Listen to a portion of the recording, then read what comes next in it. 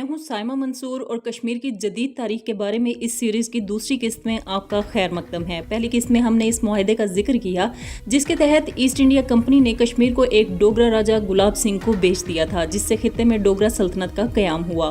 गुलाब सिंह और उनकी डोगरा सल्तनत ने 100 साल से ज़्यादा बरस कश्मीर पर हुकूमत की। ये एक बादशाहत पर मबनी मतलकुल अनान निज़ाम था जिसमें लोगों पर बहुत जुल्म हुआ। डोगरा सल्तनत ने जम्मू और कश्मीर की शाही रियासत की सरहदों को मजबूत किया।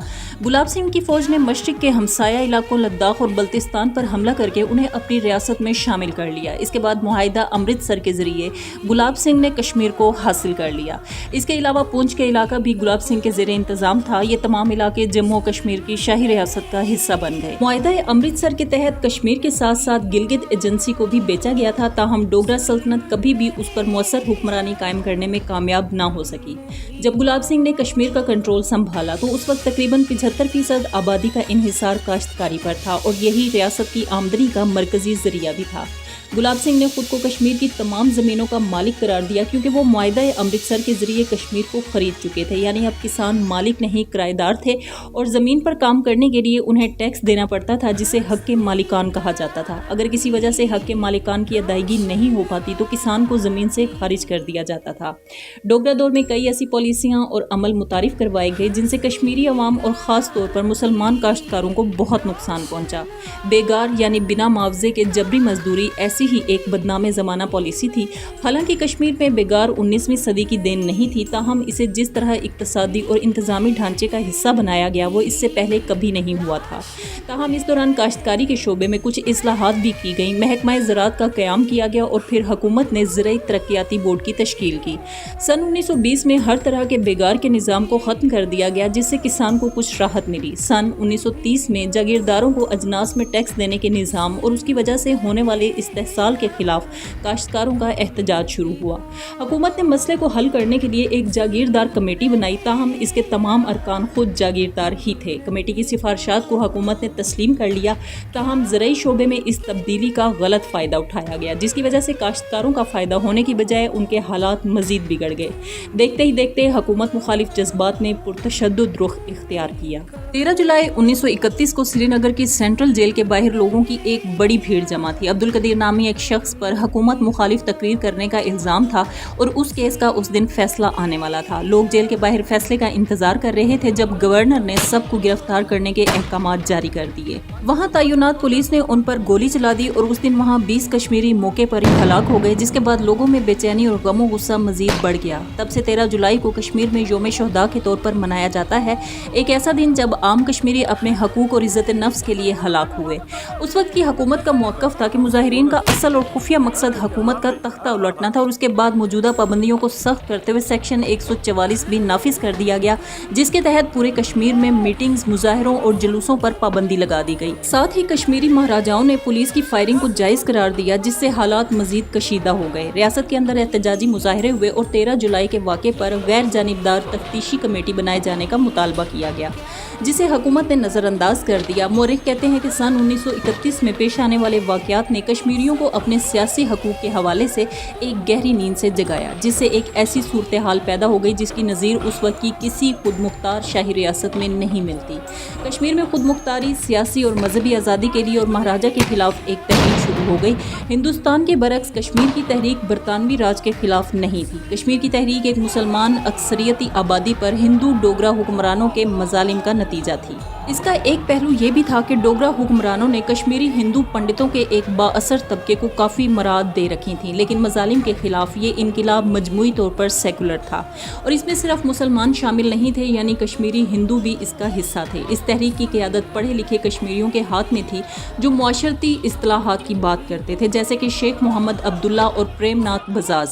पढ़े लिखे नौजवानों ने रीडिंग रूम पार्टी के नाम से एक तंजीम कायम की जहाँ बहस मुबाहिसे होते थे। उन्होंने लंदन में मुकीम पब्लिशर LN बैनर्जी से रब्ता किया जो इंडियन स्टेट के नाम से एक रसाला شائع کرتے تھے۔ اس رسالے میں ریڈنگ روم پارٹی کے ارکان کی طرف سے ملنے والی معلومات کی بنا پر کشمیریوں کی حالت زار پر آرٹیکل شائع ہونے لگے، جس سے کشمیر کے باہر بھی کشمیر کی بات ہونے لگی۔ دیکھتے ہی دیکھتے یہ تحریک وسیع ہوتی گئی۔ سن 1932 میں شیخ محمد عبداللہ نے آزادی کی اس تحریک کی قیادت سنبھالی اور اسی سال آل جموں کشمیر مسلم کانفرنس کا بھی قیام ہوا۔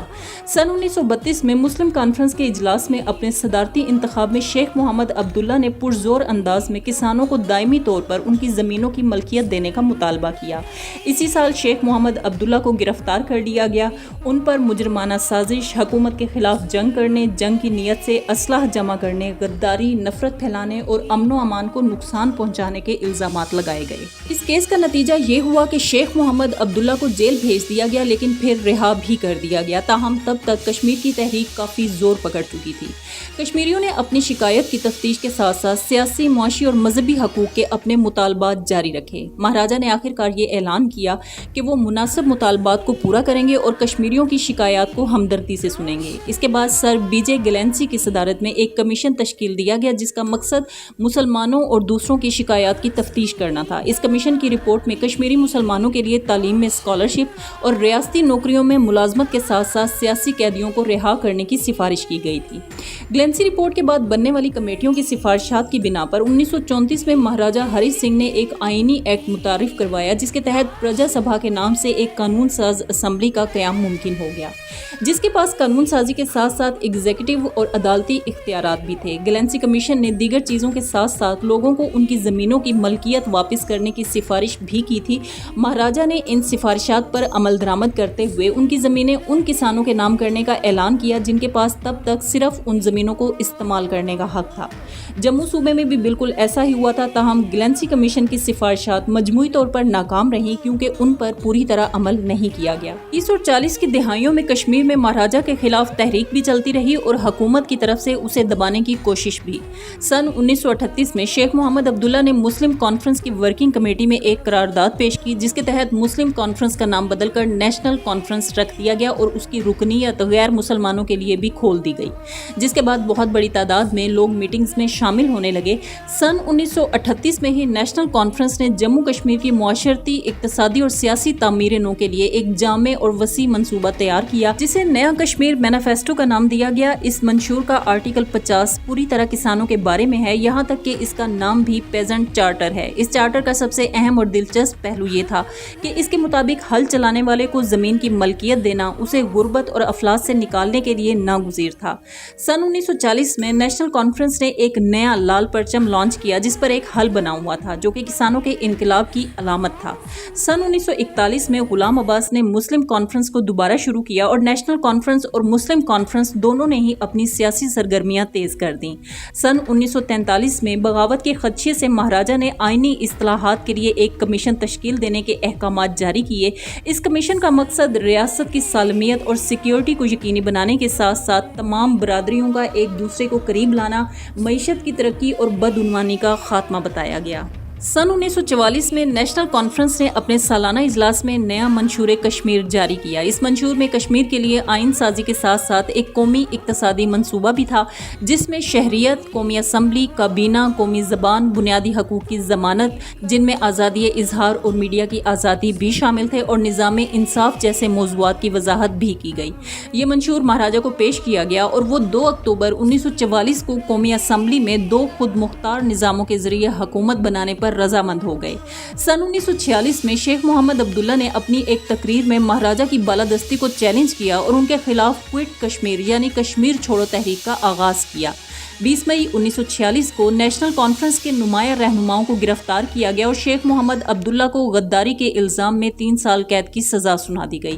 مہاراجہ نے جن اصلاحات کا آغاز کیا تھا، ممکن ہے کہ ان سے آگے چل کر کشمیر میں ایک منتخب حکومت اور اسمبلی وجود میں آتی، تاہم برطانوی ہندوستان کی بدلتی ہوئی سیاسی صورتحال اور شاہی ریاستوں کے الحاق کا کشمیر پر گہرا اور دیر پا اثر پڑا۔ دوسری جنگ عظیم کے بعد ہونے والے انتخابات میں برطانیہ میں ونسٹن چرچل کی کنزرویٹو پارٹی ہار گئی اور لیبر پارٹی نے اقتدار سنبھالا۔ یہ ایسا وقت تھا جب برطانیہ شدید اقتصادی مشکل میں تھا اور اس کے دیوالیہ ہونے کا بھی خدشہ تھا۔ इस सूरत-ए-हाल की वजह से वज़ीर-ए-आज़म एटली ने बरतानिया की इंडिया पॉलिसी तब्दील कर दी। 19 फरवरी 1946 को बरतानिया के इंडिया अमूर के वज़ीर ने काबीना के 3 वज़रा को इंडिया भेजने के फैसले का ऐलान किया। उनके ज़िम्मे मसला इंडिया का हल तलाश करना था। इस कैबिनेट मिशन का एक मकसद मुकामी राजों, महाराजाओं और बरतानिया के दरमियान ताल्लुकात को मजबूत करना भी था। 24 अप्रैल 1946 को कैबिनेट मिशन श्रीनगर पहुंचा तो शेख मोहम्मद अब्दुल्ला ने उन्हें एक मेमोरेंडम भेजा जिसमें लिखा हुआ था कि हम ये दरख्वास्त करते हैं कि इस ताल्लुक पर नज़रसानी नहायत अहम है क्योंकि तकरीबन 100 साल पहले कश्मीर की ज़मीन और उसकी अवाम को बरतानिया ने बेच दिया था। कश्मीरी अवाम अपनी तकदीर बदलने के लिए पुरअज़्म है और हम कैबिनेट मिशन से हमारे मकसद की मुनसिफाना किरदार और उसकी ताकत को पहचानने की अपील करते हैं। आज कश्मीरी अवाम का कौमी मुतालबा महज एक जिम्मेदार हुकूमत का क़याम नहीं बल्कि मुकम्मल आज़ादी है। आज़ादी के इस मुतालबे के बाद 12 मई 1946 को कैबिनेट मिशन मेमोरेंडम का आगाज़ किया गया जिसमें लिखा गया कि रियासत के वो हकूक़ जो इस बरतानवी राज से रिश्ते की वजह से हासिल है उनका वजूद अब ख़त्म होता है। इसके बाद महाराजा हरी सिंह के पास 3 रास्ते थे, इंडिया के साथ इल्हाक, पाकिस्तान के साथ इल्हाक या खुद मुख्तारी। महाराजा हरी सिंह ने फौरी तौर पर इंडिया या पाकिस्तान के साथ इल्हाक का ऐलान न करके बज़ाहिर खुद मुख्तार रहने का फैसला किया। इंडिया के साथ होने वाले मुआहदे पर दस्तखत के बारे में हम अगली किस्त में बात करेंगे, लेकिन ये बात वाज़ेह है कि डोगरा दौर में जहां कश्मीरी अवाम पर बहुत मजालिम ढाए गए, वहीं इसकी वजह से एक ताकतवर सियासी तहरीक ने जन्म लिया और शेख मोहम्मद अब्दुल्ला की क़ियादत में तब तक की कश्मीर की वाहिद सियासी जमात all Jammu and Kashmir Muslim conference भी उभर कर सामने आई। ये जमात वाज़ेह तौर पर डोगरा मुखालिफ थी और इसमें हुकूमत से मुआशी, सियासी और मजहबी हकूक़ का मुतालबा किया गया था। डोगरा दौर कश्मीर की जदीद तारीख का एक नहायत ही अहम हिस्सा है। इस दौर में कश्मीर एक वाज़ेह सियासी खित्ते के तौर पर सामने आया और इस अमल में मुआहदा अमृतसर का भी बहुत बड़ा किरदार था। डोगरा दौर ज़ालिमाना ज़रूर था, लेकिन इस दौर में रियासत जम्मू कश्मीर जुग्राफियाई, मुआशरती और सकाफती लिहाज से मुस्तहकम हुई। उस ज़माने की दस्तावेज़ात के मुताले से ये भी पता चलता है कि डोगरा हुक्मरान इलाकाई इस्तेहकाम कायम करने, कानून साजी, फ़ौजें कायम करने और साथ साथ आइन साजी में कामयाब रहे और ये भी कि 1940 की दिहाई में साम्राज्यत के खात्मे का अमल शुरू होने के साथ साथ कश्मीरी पूरे एतमाद थे कि वो डोगरा हुक्मरानों का तख्ता उलट देंगे। कश्मीर के इंडिया से इल्हाक के आखिरी दिनों की कहानी के लिए कश्मीर एक कहानी की तीसरी किस्त ज़रूर सुनिएगा। इजाज़त चाहूँगी। अल्लाह हाफिज़।